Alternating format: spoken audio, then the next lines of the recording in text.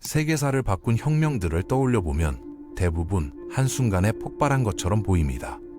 그런데 실제로는 오랜 기간 동안 차곡차곡 쌓여온 갈등과 모순이 어느 순간 임계점을 넘어서며 일어나죠. 18세기 북미 대륙에서 벌어진 사건들도 마찬가지였습니다.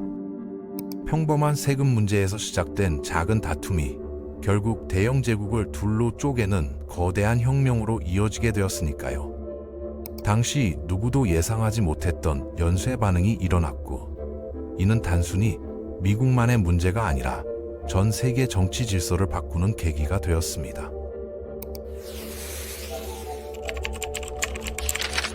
1763년 2월, 유럽 각국이 7년간 벌인 거대한 전쟁이 드디어 막을 내렸습니다.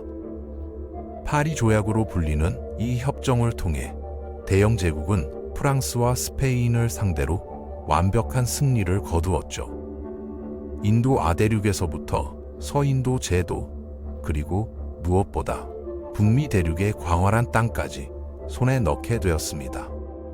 프랑스는 약 310만 평방마일에 달하는 식민지 영토를 잃어야 했는데, 이는 당시 유럽 전체 면적과 맞먹는 규모였습니다. 북아메리카에서 프랑스의 영향력이 완전히 사라지면서 이 지역의 지정학적 균형이 근본적으로 바뀌게 되었죠. 승전국이 된 영국은 이제 정말로 해가 지지 않는 제국이 되었습니다. 하지만 승리의 달콤함 뒤에는 쓴맛이 숨어 있었죠.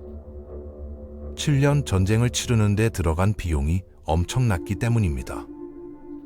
국가 부채는 천문학적으로 늘어났고, 매년 이자 지급만으로도 정부 예산의 55% 이상을 써야 하는 상황이 되었습니다.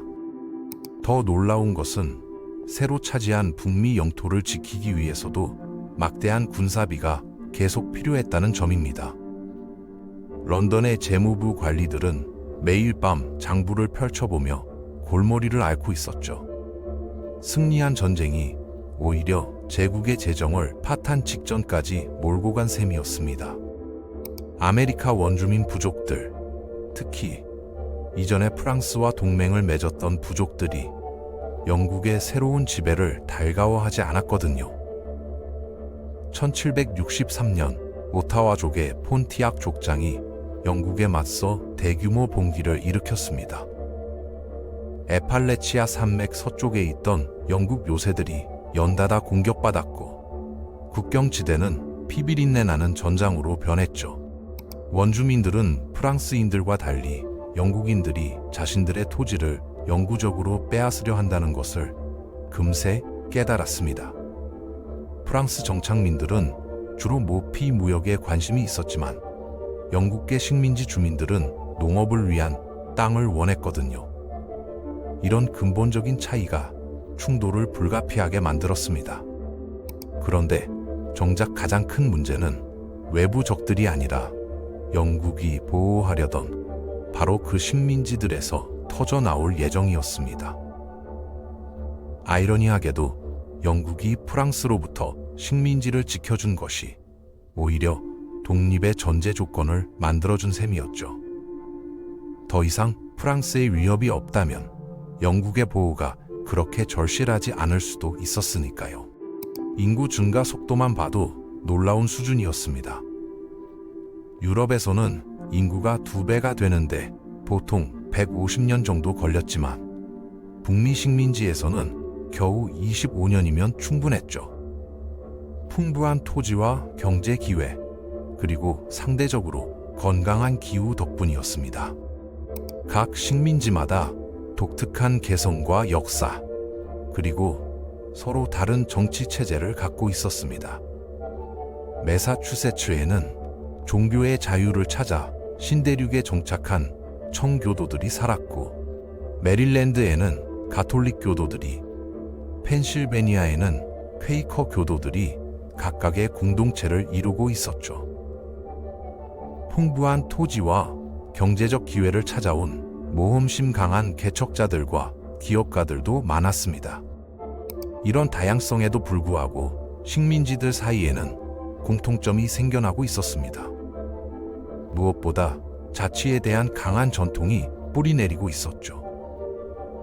대부분의 식민지에서 선출된 의회가 상당한 권한을 행사하고 있었고, 지방세 징수와 공공사업, 민병대 조직 같은 중요한 일들을 스스로 결정하고 있었습니다. 물론 자발적이지 않은 이주민들도 상당했죠. 노예제도는 13개 식민지 모든 곳에서 합법이었습니다. 북부 지역에서는 아프리카에서 강제로 끌려온 노예들이 전체 인구의 약 5% 정도로 비교적 적은 편이었죠. 반면 남부에서는 상황이 완전히 달랐습니다. 쌀과 담배, 남색을 기르는 대규모 농장이 경제의 핵심이었고, 이런 농장들은 노예 노동에 전적으로 의존했거든요. 버지니아주에서는 아프리카계 노예가 전체 인구의 41%를 차지했고, 사우스캐롤라이나주에서는 무려 62%에 달했습니다. 이들 노예들 없이는 남부 경제 자체가 성립할 수 없는 상황이었죠. 노예 노동으로 생산된 담배는 특히 중요한 수출품이었습니다. 버지니아와 메릴랜드에서 생산된 고급 담배는 유럽 전역에서 인기가 높았고, 이는 식민지 경제에 중요한 기둥 역할을 했죠. 담배 농장주들은 이 무역으로 축적한 부를 바탕으로 정치적 영향력도 키워나가고 있었습니다. 초기 정착민들은 대부분 영국 본토 출신이었습니다. 하지만 최근 몇십 년 사이에 아일랜드, 스코틀랜드, 독일에서 온 이민자들이 크게 늘어나면서 분위기가 바뀌기 시작했죠. 이들 모두가 힘을 합쳐 새로운 형태의 미국 문화를 만들어가고 있었는데, 이는 방문객들에게 강렬한 인상을 남겼습니다. 예전보다 격식을 덜 차리고 더욱 진취적이며 점점 자신감이 넘치는 문화였거든요. 특히 국경지대로 이주한 스코틀랜드계 아일랜드인들은 독립적이고 권위에 도전하는 정신으로 유명했습니다. 이들은 훗날 독립전쟁에서 중요한 역할을 하게 될 예정이었죠. 그러니까 조국이라고 부르던 영국과의 오래된 관계도 예전 같지 않게 되었습니다. 역사적으로 볼 때 영국 정부와 미국 식민지들 사이에는 유익한 방치라고 불리는 느슨한 관계가 유지되었죠. 식민지들은 대체로 자신들의 일을 알아서 처리하도록 내버려 두었고, 영국은 서인도 제도와 인도처럼 더 수익성 높은 영토 관리에 집중했습니다. 이런 편의적인 무관심은 양쪽 모두에게 도움이 되었습니다. 식민지들은 자치의 경험을 쌓을 수 있었고, 영국은 비용을 들이지 않고도 식민지의 경제적 이익을 누릴 수 있었거든요. 하지만 이런 편안한 관계가 곧 완전히 뒤바뀔 예정이었습니다. 영국이 심각한 부채 위기에 직면하자 많은 사람들이 식민지가 자신들의 방어비 정도는 부담해야 한다고 생각하게 되었거든요. 어떻게 보면 합리적인 기대였습니다. 평균적인 미국인의 세금 부담은 평균적인 영국인이 내는 세금에 비하면 턱없이 적었으니까요. 한 연구에 따르면 영국 본토 주민은 연간 26실링을 세금으로 내는데 뉴잉글랜드 사람들은 겨우 1실링만 내고 있었습니다. 더욱이 식민지들은 7년 전쟁의 가장 큰 수혜자였다는 점도 무시할 수 없었죠. 프랑스와 스페인의 위협이 사라지고 서부 개척의 가능성이 열렸으며 무역로도 더욱 안전해졌습니다. 영국인들이 보기에는 식민지들이 전쟁 비용의 일부라도 부담하는 것이 당연해 보였습니다. 문제는 영국 정부가 세금을 올리는 방식이었습니다. 이 방법이 양쪽을 정면 충돌 코스로 몰고 갈 예정이었거든요. 조지 그랜비 총리는 나라의 악화되는 부채 문제를 해결하겠다고 결심했습니다. 새로운 식민지 세금이 해결책의 핵심이 되어야 한다고 믿었죠. 그랜빌은 꼼꼼하고 원칙적인 정치인이었습니다. 그는 제국의 모든 부분이 공정하게 비용을 부담해야 한다고 생각했고, 식민지의 특별한 지위를 인정하지 않았죠. 이런 관료적 사고방식이 결국 큰 문제를 일으키게 될 것이었습니다. 1764년에 두 가지 새로운 수입 증대 방안을 제시했습니다. 하나는 설탕법이었는데 실제로는 외국산 설탕과 당밀에 대한 세율을 낮추는 것이었습니다. 다만 더욱 철저한 징수를 보장하려는 강력한 노력의 일환이었죠. 이전에는 관세를 제대로 징수하지 않고 눈 감아주는 경우가 많았는데 이제부터는 엄격하게 적용하겠다는 뜻이었습니다. 또 다른 하나는 인지법으로 신문과 카드 게임용 카드부터 변호사 자격증과 토지 증서에 이르기까지 모든 상업 및 법률 문서에 세금을 매기는 것이었습니다. 법적 효력을 갖기 위해서는 특별한 인지를 붙여야 했고 이 인지를 사려면 세금을 내야 했죠. 일상생활의 거의 모든 공식적 활동에 세금이 부과되는 셈이었습니다. 이런 상대적으로 사소한 세금들이 큰 소동을 일으키지는 않을 것으로 예상했습니다. 영국 사람들은 이미 70년 동안 이런 세금을 내고 있었거든요. 게다가 세율도 그리 높지 않았고 제대로 징수되기만 한다면 상당한 수입을 올릴 수 있을 것으로 보였습니다. 그런데 놀랍게도 식민지에서의 반응은 정말 격렬했습니다. 인지법은 특히 식민지 사회에서 가장 목소리가 크고 영향력이 있는 사람들, 즉 상인과 변호사, 사업가들에게 직격탄을 날렸죠. 이들은 문서 작업을 많이 해야 하는 직업이었고 따라서 새로운 세금의 가장 직접적인 피해자가 되었습니다. 이들은 신문과 수많은 팜플릿을 통해 이 조치를 맹렬히 비난했습니다. 이 세금은 우리의 소중한 권리와 특권을 모조리 빼앗아갈 것입니다.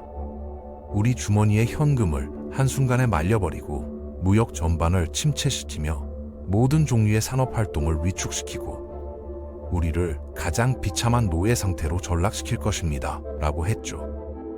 반대 운동은 경제적 부담보다는 동의 원칙에 초점을 맞췄습니다. 미국인들은 영국 의회에 자신들의 대표가 없다며 대표 없이는 과세도 없다는 구호를 내세웠죠. 영국 헌법이 보장하는 영국 국민으로서의 권리가 짓밟히고 있다고 주장했습니다. 이는 매우 중요한 헌법적 쟁점이었고 단순한 세금 문제를 훨씬 뛰어넘는 의미를 갖고 있었습니다. 조지 그랜빌 총리는 미국 식민지가 의회에서 가상 대표를 갖고 있다고 반박했습니다. 모든 영국 의원이 일반적인 방식으로 식민지 이익도 대변한다는 논리였죠. 실제로 대부분의 영국인들도 총선에서 투표권이 없는 상황이었거든요. 18세기 영국의 선거 제도는 매우 제한적이었고 부유한 지주층만이 정치에 참여할 수 있었습니다. 하지만 그랜빌의 주장은 선거 제도 개혁이 뜨거운 쟁점인 의회 내에서도 많은 지지를 받지 못했습니다. 일부에서는 식민지가 하원에서 사실상 대표된다는 생각을 비판했습니다. 저는 여기서 궁금한 게 있습니다. 미국인이 누구인가요? 이 왕국의 어느 지역에서든 샤이어의 기사가 그를 대표한다고 할 수 있나요? 아니면 자치구의 대표가 그를 대변한다고 하시겠어요? 아마 본인조차 본 적 없는 자치구 말입니다. 이것이야말로 헌법의 썩은 부분입니다. 한 세기도 더 지속될 수 없어요 라고 한 유명한 연설가가 있었죠. 연설자는 저명한 전직 총리 대 피트였습니다. 그는 이어서 이 왕국은 식민지에 세금을 부과할 권리가 없습니다 라고 덧붙였습니다. 피트는 7년 전쟁을 승리로 이끈 전쟁 영웅이었고 그의 발언은 상당한 무게를 갖고 있었죠. 식민지 문제에서 영국 정치계 내부에서도 의견이 갈리고 있다는 것을 보여주는 중요한 신호였습니다. 1765년 내내 식민지 의회들이 새로운 법안에 항의하기 위해 속속 소집되었죠. 버지니아 의회에서 패트릭 헨리가 식민지 저항 운동의 가장 급진적인 지도자 중 하나로 떠올랐습니다. 그는 29세의 젊은 변호사였지만 뛰어난 웅변술과 열정적인 성격으로 금세 주목받게 되었죠. 그는 하원에서 채택된 일련의 결의안을 제안했습니다. 폐하의 식민지이자 버지니아 영토의 최초 모험가들과 정착민들은 영국 국민이 언제나 보유하고 향유하며 소유해온 모든 자유와 특권, 면책권을 가져왔다고 결의합니다. 국민 자신이나 국민이 스스로 선택한 대표자가 국민에게 부과하는 과세만이 부담스러운 과세로부터의 유일한 안전장치라고 결의합니다. 헨리의 결의안은 매우 조심스럽게 작성되었습니다. 직접적으로 영국 의회의 권위에 도전하는 대신 식민지 주민들의 영국인으로서의 권리를 강조했죠. 하지만 그 함의는 분명했습니다. 식민지에 세금을 부과할 권리는 오직 식민지 의회에만 있다는 것이었습니다. 그러나 버지니아 의회 내부에서도 격렬한 분열이 있었습니다. 일부 의원들은 패트릭 헨리가 도를 넘었다고 여겼죠. 영국과 영국 왕실에 대한 충성심은 뿌리 깊게 자리 잡고 있었거든요. 많은 버지니아 정치인들은 여전히 자신을 영국인이라고 생각했고 모든 분쟁이 평화적으로 해결될 수 있다고 믿고 있었습니다. 보수파들은 버지니아 주의회만이 식민지에서 세금을 부과할 권한을 갖는다는 그의 가장 급진적인 결의안을 삭제하는 데 성공했습니다. 이런 토론을 정기적으로 지켜본 사람들 중에는 22세의 뛰어난 법학도 토머스 제퍼슨도 있었죠. 훗날 그는 이 순간을 미국 독립의 첫 번째 불씨라고 회상하게 될 것입니다. 버지니아의 분열은 식민지 전체에 그대로 반영되었습니다.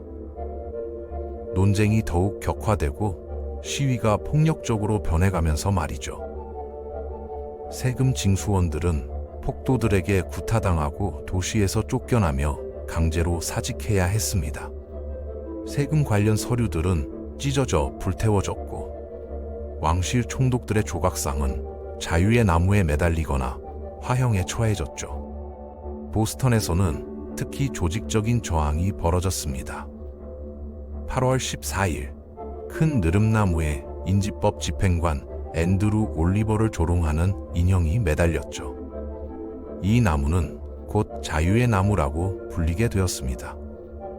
수백 명의 군중이 모여들었고 저녁이 되자 올리버의 집으로 행진했습니다.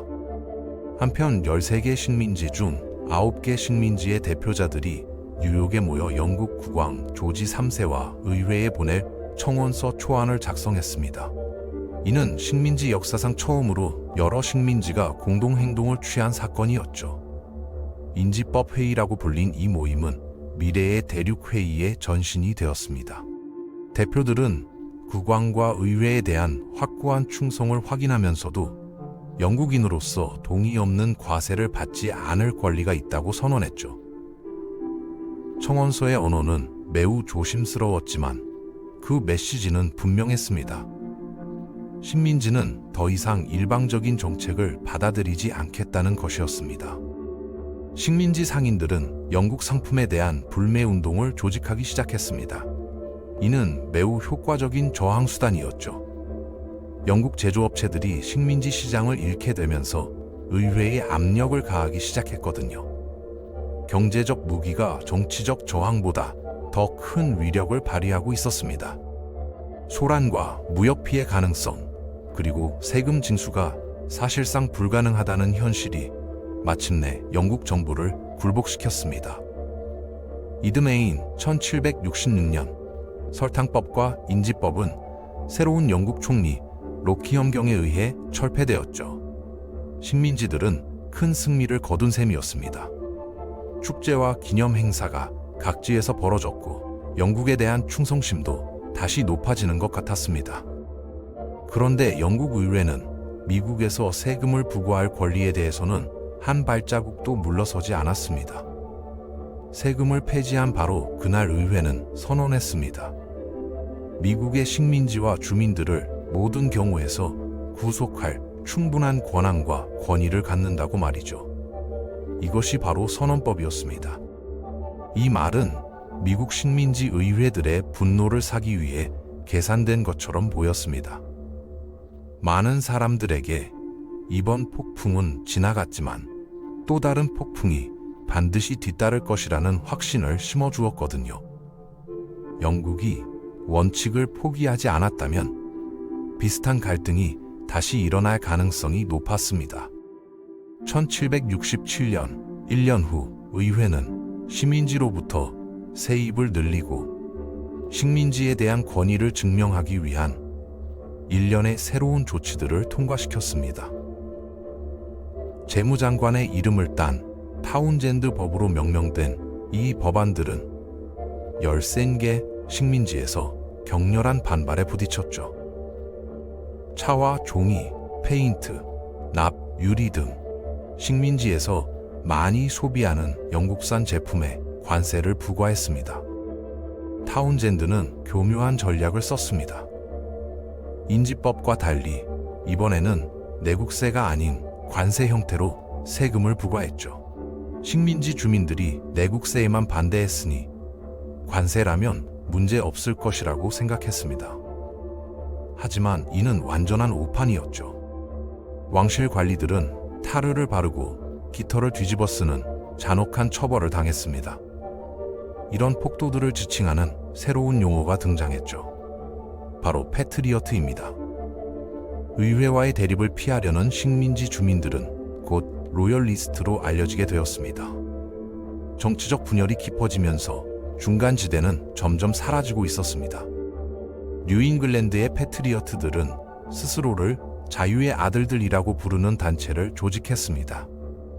사무엘 아담스가 이끄는 이들에는 상인이자 밀수업자인 존 행콕, 의사 조제프 워런, 은세공인 폴 리비어가 포함되어 있었죠. 이들은 비밀 조직 형태로 운영되면서 저항운동을 체계적으로 조직했습니다. 매사추세츠의 위기가 찾아왔습니다. 보스턴은 인지법 이후 패트리어트 활동의 온상이 되었고 1768년 영국군이 주둔하면서 긴장이 극도로 높아졌죠. 붉은 군복을 입은 영국 보병들이 도시 거리를 순찰하는 모습은 식민지 주민들에게 점령당한 듯한 느낌을 주었습니다. 군인들과 민간인들 사이에 크고 작은 충돌이 계속 일어났습니다. 경제적 마찰도 있었죠. 군인들이 부업으로 일자리를 찾으면서 지역 노동자들과 경쟁하게 되었거든요. 임금이 낮아지자 시민들의 불만이 더욱 커졌습니다. 1770년 3월 5일 군인과 지역 주민 사이의 말다툼이 긴장된 대립으로 번졌습니다.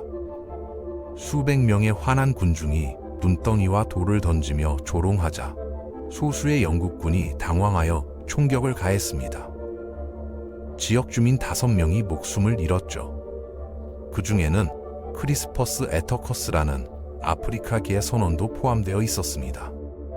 보스턴 학살은 패트리어트 운동을 위한 강력한 선전 도구가 되었습니다. 이 소식은 폴 리비어가 제작한 가장 유명한 팜플릿과 판화로 퍼져나갔죠. 피가 흘렀고 감정이 격해지고 있었습니다. 보스턴 출신 사무엘 세비지는 일기에 3월 5일을 절대 잊지 말자고 썼습니다. 많은 사람들이 폭력과 무질서가 더욱 심해질 것으로 예상했죠. 하지만 의외로 양측 모두에서 자제하려는 노력이 나타났습니다. 완전한 분열보다는 타협을 원하는 온건파들이 여전히 많았거든요.